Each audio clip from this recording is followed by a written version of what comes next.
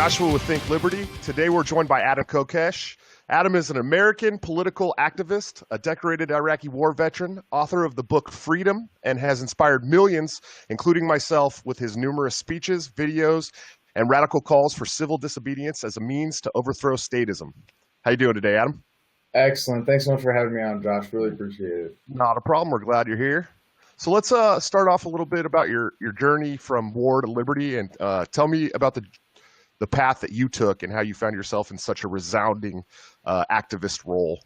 Thanks. I appreciate that because I've been doing this for over 10 years of full-time activism. A lot of people don't realize that I got my start with Iraq Veterans Against the War, that was the primary cause for me, and that was really critical to me waking up. I was in the Marine Corps. I was in Fallujah in 2004.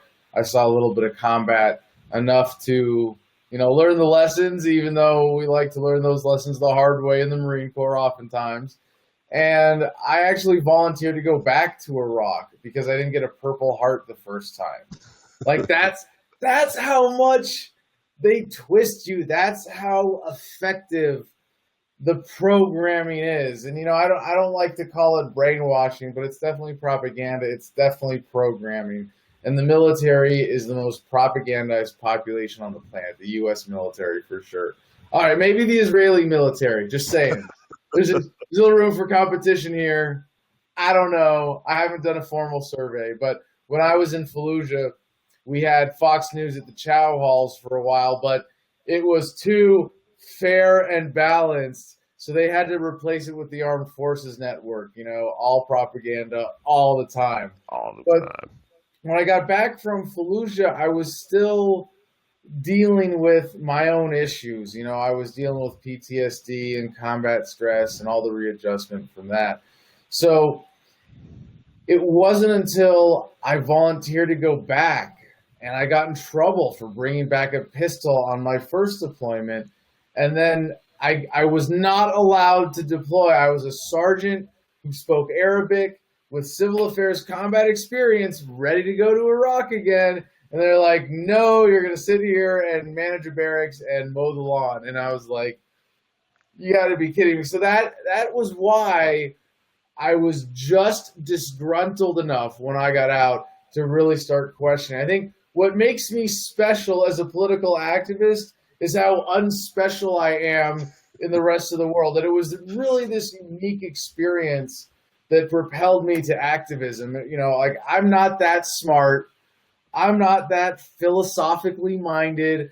I'm not that clever. I'm not, I was in the Marine Corps. That generally means I'm not big on reading books, so it was really this unique experience of a disillusionment with my own military experience of being really gung-ho, really excited to join up, really, super patriotic. I was a hardcore devil dog, just put in the extra effort all the time, scream until it hurts. I was that guy. I loved boot camp.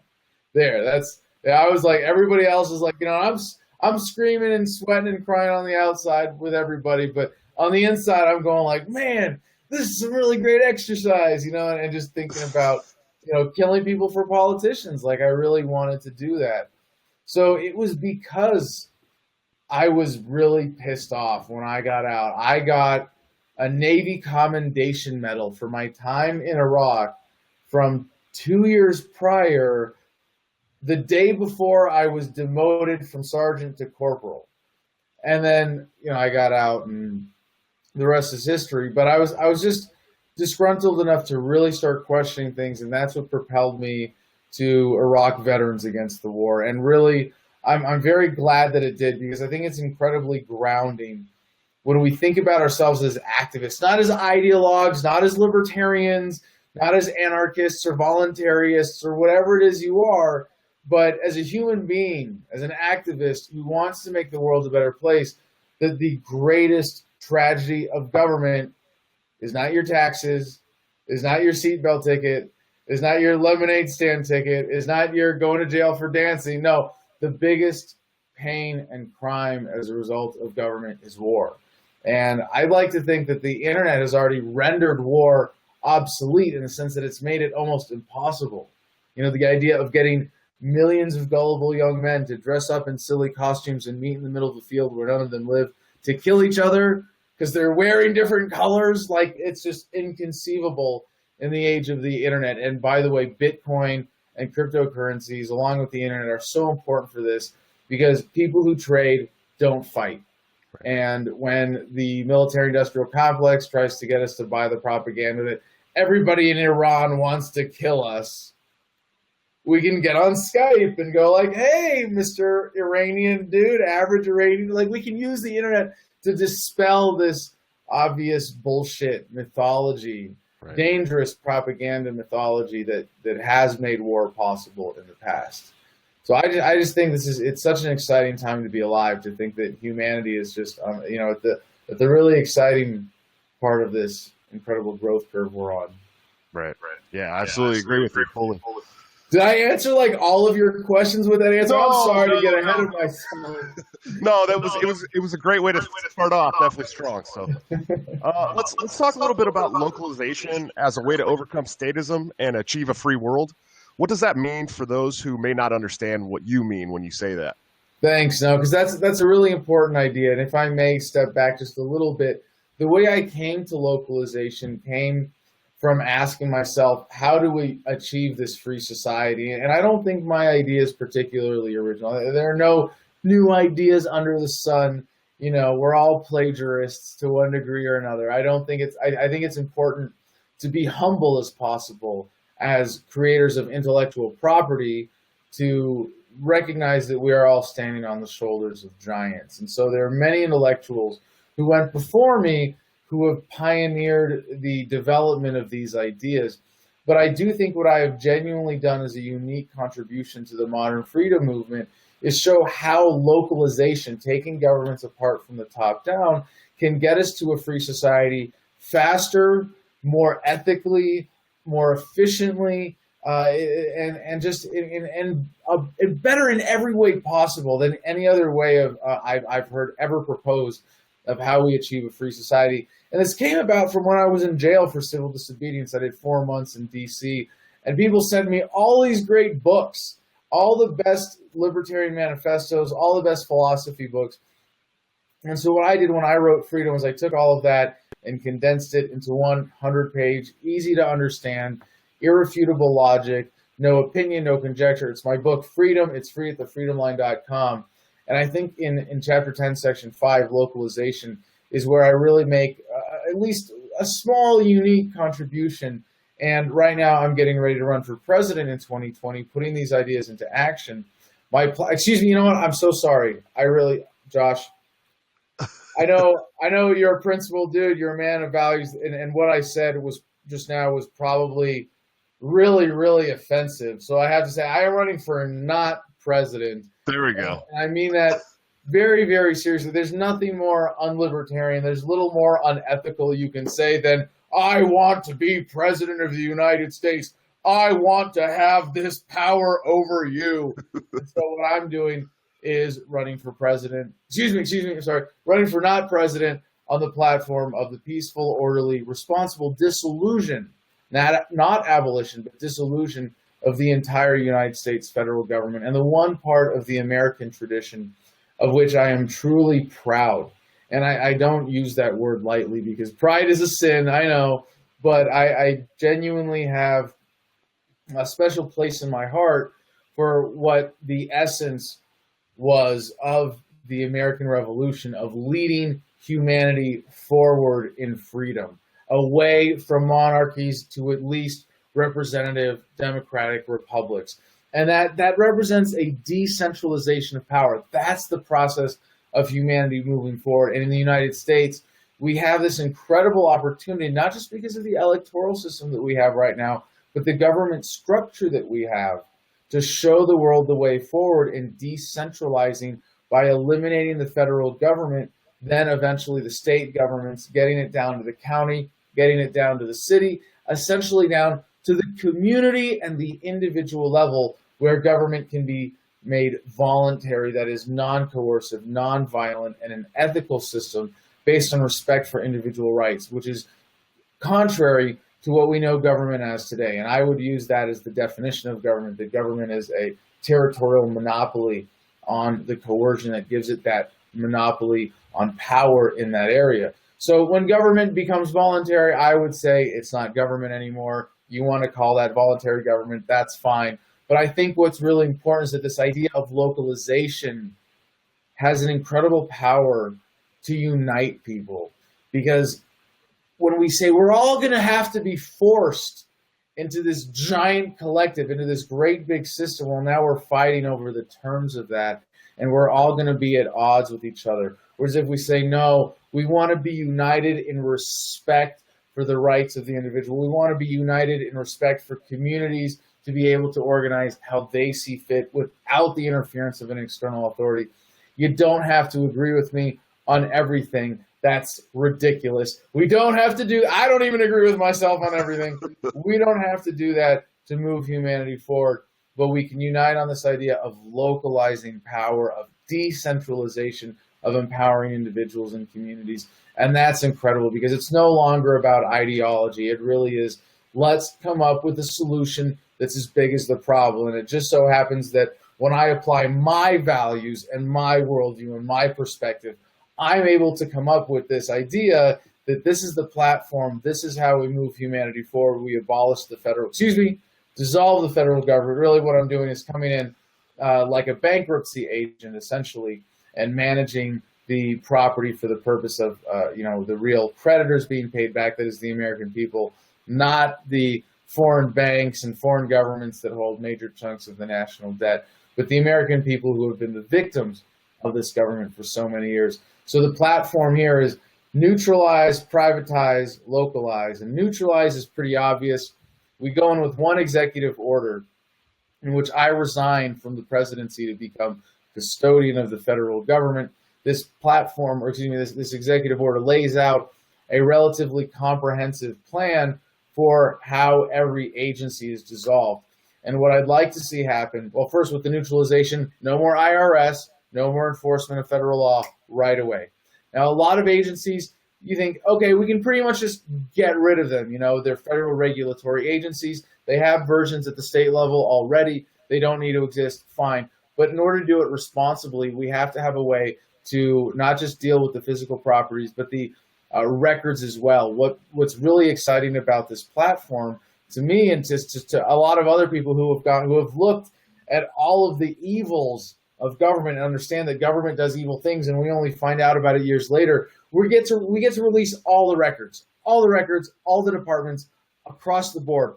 But there has to be a review process to make sure that we're not disclosing any personal, private information. We're not violating any individual's privacy who doesn't need to be held accountable for crimes done in the name of government. But other than that, all the records are going to be released. So there's going to be a process for that. Everything's going to be posted online.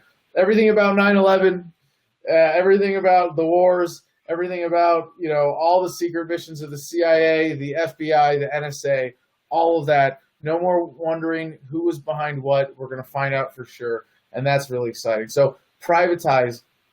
When I say privatize, what I mean is we're going to take the resources that need to be maintained from the federal government and take them out of the hands of a few bureaucrats and put them in the hands of the many and widespread ownership in a much more public and much more accountable way. So I have two examples for this.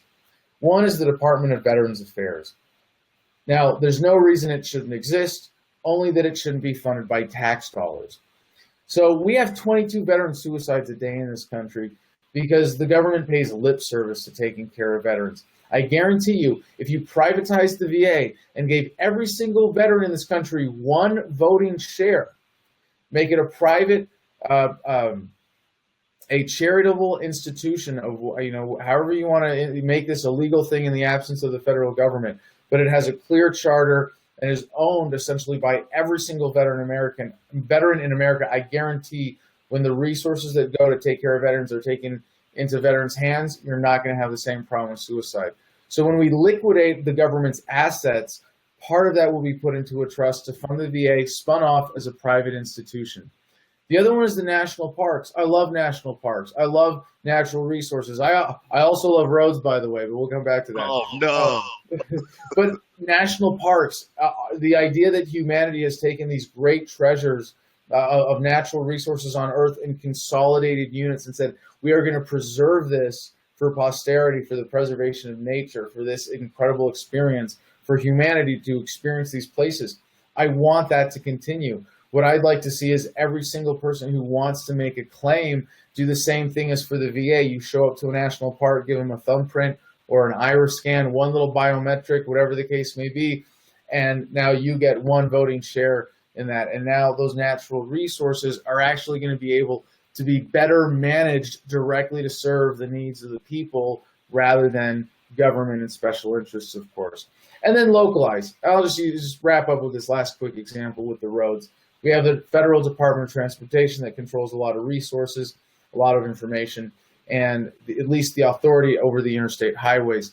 Very easy process. Localize it, get it down to the states, put the states in charge.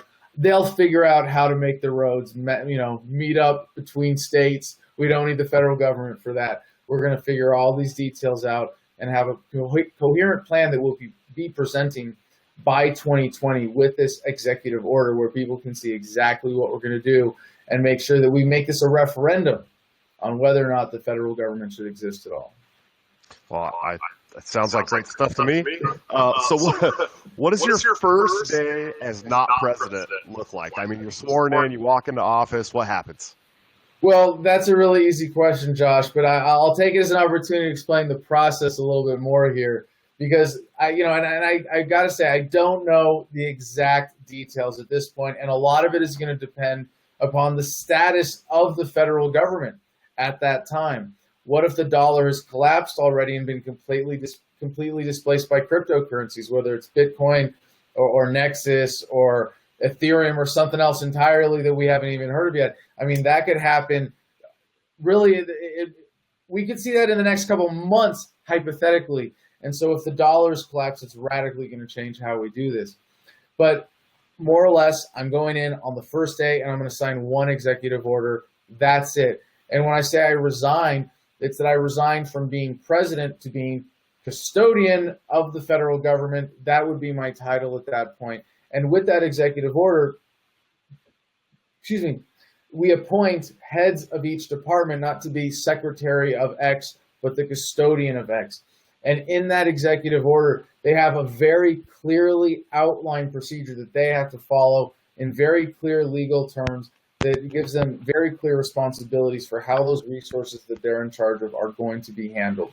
So when I resign, we're probably going to get out of the White House so that we can turn it into a museum as soon as possible. I'm really excited about that. I think what I'd like to do is consolidate the government operations for the purpose of this collapsing or dissolution period of government into the Pentagon. And I think because the Pentagon probably manages the most physical resources in terms of bases and tanks and airplanes and things like that, that it would become the clearinghouse for that property. And so when you eliminate the Department of Education, you don't have its own sales force. You take the building, you hand it over to the Department of Defense or the custodian of the Department of Defense for the purpose of liquidation. And so my only power that I would retain then as custodian would be to fire or replace department heads, other custodians of each department as necessary if they're not carrying out the plan or incapable of carrying out their duties for whatever reason. Other than that, I have no power. I think that's really important to understand that this is not about me. I'm not saying, hey, vote for me because I'm going to be in charge of a bunch of stuff and you got to trust my judgment and you got to like my worldview. No, that's not what I'm saying. What we're saying here is we are putting none of the above on the ballot in 2020 because America is too good to be governed by anyone. I like it. So it's no secret to people that you've been arrested several times for your activism, right? Yes, yes. You just were recently arrested in D.C. Can you talk a little bit about that? Do you have a story about that? Yeah, the recent one was really funny because this was right after Trump's missile strikes in Syria. And I said, you know what, let's just have some show of protest in front of the White House. We're going to go out with a bullhorn, wave some signs, do it on a Monday at lunch when we know there are staffers and people in there who will take notice. And I got out there a little bit early. I started doing my stick mic interviews like I used to do a lot for YouTube that I'm pretty well known for, doing the kind of Socratic dialogue thing. And while I'm there, a bunch of Secret Service agents come up and say, the first one, "Are you Adam Kokesh?" It depends who's asking, because if you pay me enough, sure, I'll be Adam Kokesh for you. And it's like, if you're going to go arrest a guy like that, you would think you would learn how to pronounce his last name properly. I know it's not easy in my case, but Kokesh, like, it's not that hard. They've heard it before. They've seen it on the videos. And I asked them, like, why? How did you know I was going to be here? And they say, well, we keep an eye out online for anything interesting that might be happening around the White House.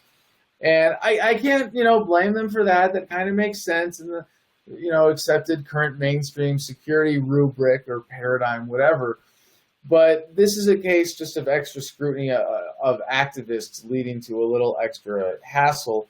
And what this was is a warrant had been issued for me, a bench warrant for a failure to appear that never should have been issued. And it was a citation case that had been dismissed in Maryland. And I knew it was out there. I'd been detained, like I've been pulled over since this happened. And the cop says, "Hey, by the way, you need to know there's a warrant for your arrest in Maryland, but it's not extraditable. So unless you get pulled over in Maryland, don't worry about it. If you get pulled over in Maryland, you'll do a night in jail and go before a judge."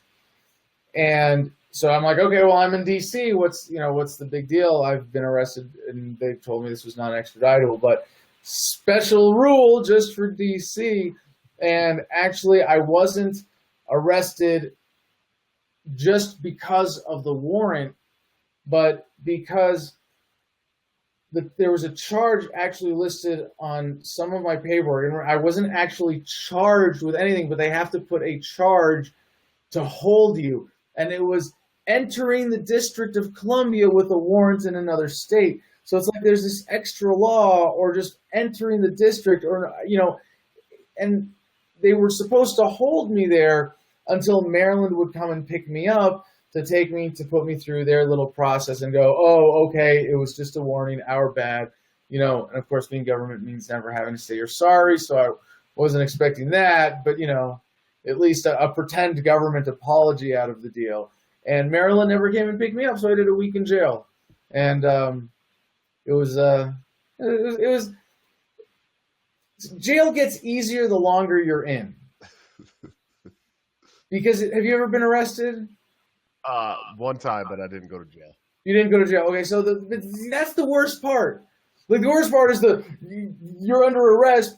Put your hands together, and the discomfort and all right, we got to physically remove this person from a situation. We got to book them, and you got to get your picture taken, your fingerprints, and all that.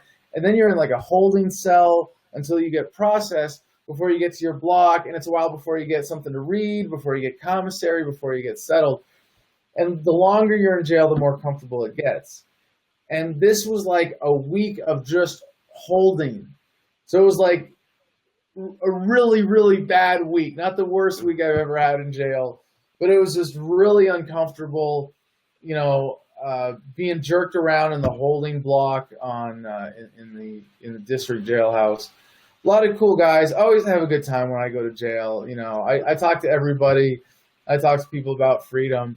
I didn't have anything to read this time except these daily like Bible affirmations. So every time I go to jail, I become a little more Christian, slowly but surely. Seems to work that way.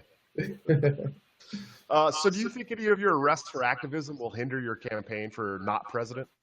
No, not at all. If anything, I think they all add to my credibility. And when I see that it takes a certain, person to represent this message to make the change happen, to say, I'm going to put my name on the ballot, I'm going to put the plan together, I'm going to make this happen, I'm going to go sell this message. There needs to be, a person who's relatable. And I know it's kind of like, I know I can be fun to be around, but like I'm an antisocial guy. Like, I'm an introvert. I want to geek out and read books and play on my computer and I'm into alternative architecture right now and alternative construction. Like I'm building an earthship for my homestead on 10 acres here. Like I just want to geek out and all that stuff. Help me dissolve government so I can retire and go back to playing on my farm here in Arizona. Like that's really what I want to do with this. But to get back to your question about the arrests, I've been a full-time activist for 10 years, and I have an unimpeachable record of integrity. It's never been challenged. I've always told the truth. I've always been upfront. I've always been direct. I've had my failings. I've had things that I could have done better. And when I ask people to support me in this, I'm not asking you to look back at my history and tell me that you agree with everything. Because again, like I don't even agree with everything that I've done. But I know that as an activist, I've been blessed to be in a position where I can commit my life to this cause. And the 10 years of getting arrested for activism, of going to jail and writing a book and getting 60 plus million views on YouTube, I think that just speaks to my commitment and that people can trust me to do what I say I'm going to do. But more importantly, as you know, this campaign has to be about a paradigm shift, at least of how Americans think of government and the national identity. America is going to be way more free and way more American without the federal government. But more importantly, when it comes to whether or not I am going to be able to fulfill my commitment, like I said, this campaign is really to make the election a referendum on whether or not the federal government should exist. If I go in on that first day and I tell you I'm going to sign this executive order, but then I get into the White House and, I get, I don't know, something happens under the desk in the Oval Office and, it gets to my head a little bit. And I go, you know what, forget this executive order thing. You know what, let's just, where's the Emperor for Life executive order? Yeah, bring me that one instead. We're going to sign, okay, Adam is Emperor for Life. If I don't just go ahead and sign the executive order that's going to be on our website when the election happens, shoot me. Really simple. Shoot me. Because you know what? And it's not going to matter. If I go in there and say, no, make me dictator for life instead of, dissolve the federal government, the American people will have already affirmed that the federal government should not exist and will not tolerate its continued existence regardless of what I do. But no, it's very simple. I'm going to be, as bound as you possibly can be, bound by blood, bound by this commitment to go in and sign one executive order. And I think that's the ultimate measure of accountability. Nice. So speaking of people that agree and disagree with you, there's been a recent influx online of these so-called Hoppian libertarians, and you seem to be criticized quite frequently by them. I don't know if you've noticed that, but we. What was the word you used? What libertarians? Like the Hoppians, Yeah. Have you had any experiences with that outside of the internet, or is that just something that edgelords online like to talk about? That's a great question. Yeah, because there aren't very many real life trolls. In real life, I'm the only troll. I'm the government. But no. The Hoppians. I think. And Hop is an intellectual who I greatly admire and respect, who's put a lot of thought into what he has presented. And I really do fundamentally disagree with the concept of physical removal from anything other than your own property. You can remove anyone you want from your own property, no problem. If you have a communal contractual agreement with people in a community, you can remove people based on that contractual agreement from communal property or from someone else's property. But you can't just say, we're going to remove someone from an arbitrary geographical area because there's some existential threat. And I think that Hoppe is much more nuanced in what he presents than a lot of his followers are. I mean, predictably, right? But when you say the Hoppian libertarians, I think it's more the Trumpian libertarians that are far less thoughtful than the real Hoppian libertarians. Right. And it's kind of sad to see. I think Cantwell Christopher Cantwell really is the epitome of that. And I think there is a genuine sentiment there. I think they're not really libertarians, though. There are a lot of people who were coming towards libertarianism slowly but surely. And then when they saw Johnson, Trump, and Hillary, they went, oh, crap, we got to support Trump in order to defeat Hillary. Gary's not, a real libertarian option. So Trump threw out just enough red meat to get a lot of those libertarians on board with Trump. And one of the funny phenomena in politics is that when a voter chooses to identify with a candidate, like let's say a voter, has their own political vision, but you put two candidates in front of them, and like say they're vaguely libertarian moderate, like the voter is X, and then you have candidate A and candidate B, and the voter is tricked into thinking that candidate A is closer to X. So they go, well, I'm going to say candidate A, I'm going to identify with candidate A. They don't say, well, I still believe in X, but it's ever so slightly to A, so that's why I'm supporting A. Like most human beings don't have that level of intellectual integrity. I hope we're not getting too intellectual here or theoretical or psychological, but it is kind of sad, right? And what happens is the voter who believed in X at one point is now conforming their worldview to fit with the politician with whom they have chosen to identify. And they will actually twist their own logic and their own principles and their own reason to line up more with that candidate. I think that's a major explanation, at least a major factor behind a lot of libertarians who were never really libertarians, because when you become a libertarian, if your position is that X, you have confidence in that because you've really thought it through for yourself. But the ones that are, wishy-washy about that maybe haven't read my book yet, haven't read any Rothbard, haven't put the time in to get that deeper intellectual, understanding of freedom as an ethical principle, as a philosophical concept, they're swayed. And then they do this, it's really kind of a sick thing of twisting their own worldview to conform to Donald Trump's. Right. So what does bringing the movement together look like for you? How would you reach out to what seems to be kind of warring factions under the Liberty umbrella? Well, I think it's even bigger than that, and I want to say about this, it's kind of, getting to be a bit of a silly trope that, oh my gosh, there's all this infighting within the freedom movement. I don't think that's really necessarily the case. Yes, there is. Do you want to say it's a lot or a little? Very subjective. And a certain amount of it is organic, that just goes with any kind of human conflict with people working together.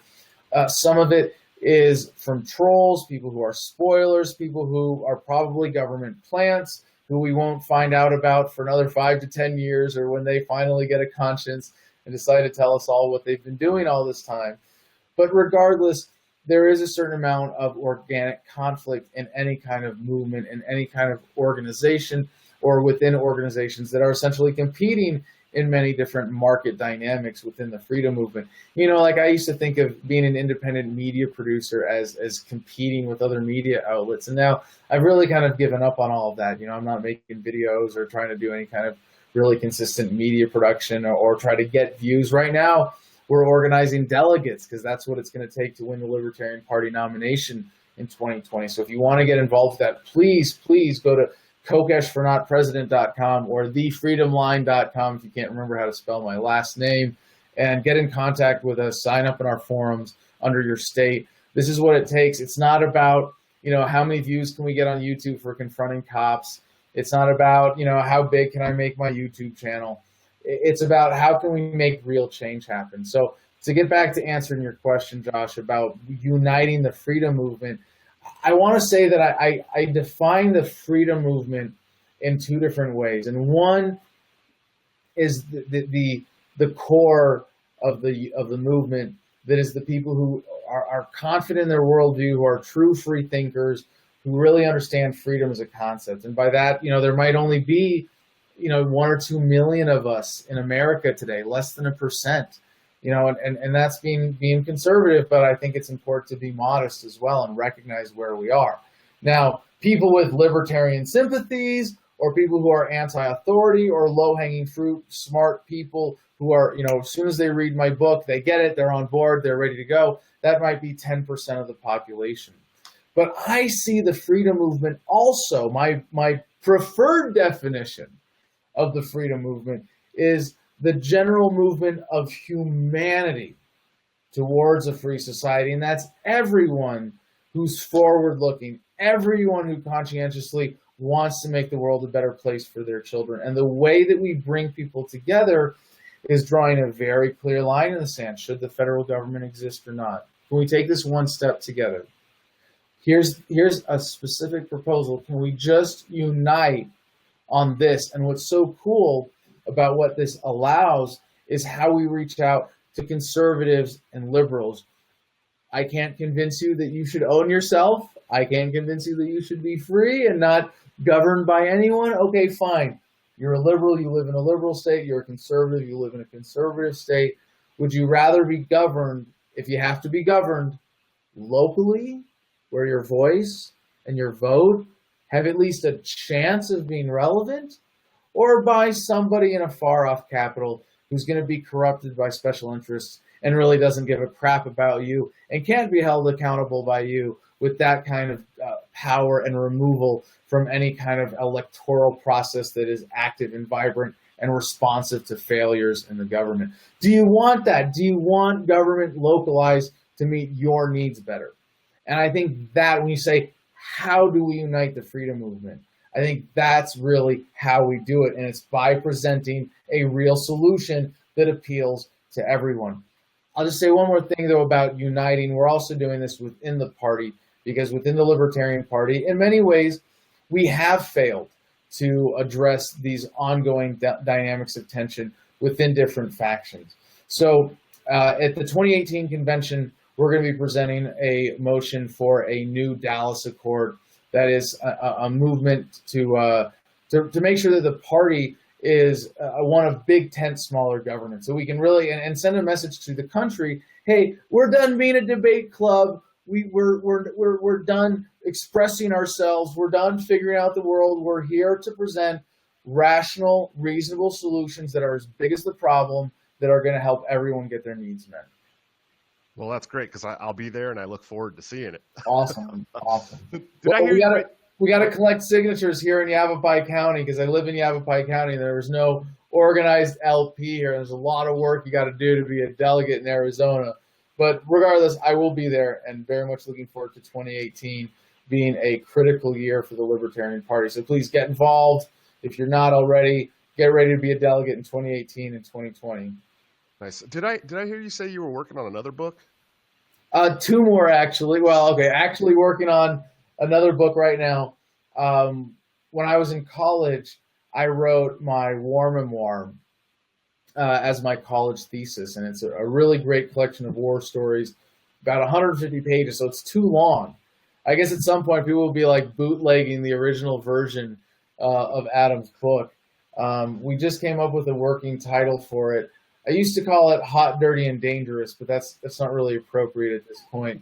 Because, how 7 months in Fallujah turned this gung-ho Marine into a winter soldier, but now we're calling it The Deepest Patriotism, how 7 months in Fallujah forged my love of country. And I think that's much more appropriate for putting it in proper context. So I'm actually working on that book right now, getting into an editorial plan for that.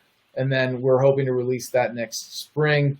And in 2019, so next year, 2018, we're going to be doing that book in the spring. We're doing a European tour in the fall.